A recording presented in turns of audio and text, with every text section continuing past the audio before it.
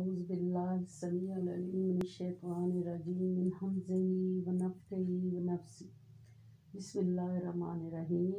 अस्सलामु अलैकुम व रहमतुल्लाहि व बरकातुहू। मेरी बहनों, दुनिया इम्तिहान का घर है, दुनिया आजमाइश की जगह है कि दूसरी किस्त आपकी खिदमत में पेश है। वो रब्बिल आलमीन है जो तमाम जहानों का रब है, सारी कायनात के ज़रे ज़रे का रब है। अल्लाह तमाम इंसानों चरिंद परिंद को रिज़्क देता है। अल्लाह कहता है, मैं हूँ तुम्हारा रब, तुम्हारे लिए ग़ज़ा को लाता हूँ, फिर इसको पकाता हूँ, फिर इसमें रस भरता हूँ, इसमें जायके भरता हूँ। आम की एक डली इसको देख लें, इसमें कितना रस भरा और मीठा पानी है। उसमें बीज अलग रखा है, खरबूजे का सारा बीज दरमियान में रखा है। एक ही ज़मीन से करेला निकाला तो कड़वा, खरबूजा निकाला तो मीठा, गाजर निकाली सुर्ख, तरबूज निकाला जो बाहर से सब्ज़ और अंदर से सुर्ख, खरबूजा बाहर से पीला और अंदर से सफ़ेद। नारियल का दरख्त देखें, 50 फुट ऊंचा बना दिया, भिंडी को लेसदार बना दिया। ये सब कौन कर रहा है? रब्बुल आलमीन जो रब है। अगर अल्लाह ताला गाय को अकल दे देता तो क्या सोचें, तो ये क्या हमें दूध लेने देती? इसके बड़े बड़े सींग हैं, अगर दूध निकालते वक्त ये सींग मार दे तो कौन है जो इसका दूध निकाले? अल्लाह के हुक्म से गाय अपनी मौत तक इंसान के लिए दूध देती रहेगी। ऐ इंसान, तुम जानवरों से इबरत हासिल करो और मेरे फर्मा बरदार बन जाओ। अब मेरी शान देखो, गाय ने चारा खाया सब्ज़ रंग का और अंदर जाके खून बना सुर्ख रंग का, गोबर बना पीले रंग का।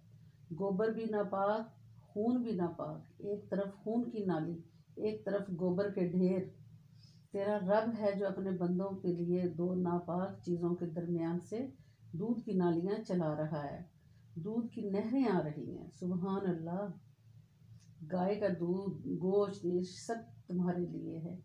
ये हर काम, ये सब काम कौन कर रहा है? ये सब अल्हम्दुलिल्लाह रब्बिल आलमीन का काम है। अल्लाह फरमाते हैं, ला इन शक्करतुम ला अज़ीदन्नकुम, अगर तू मेरी नेमतें खाकर शुक्र अदा करेगा तो मैं तुझे और दूंगा।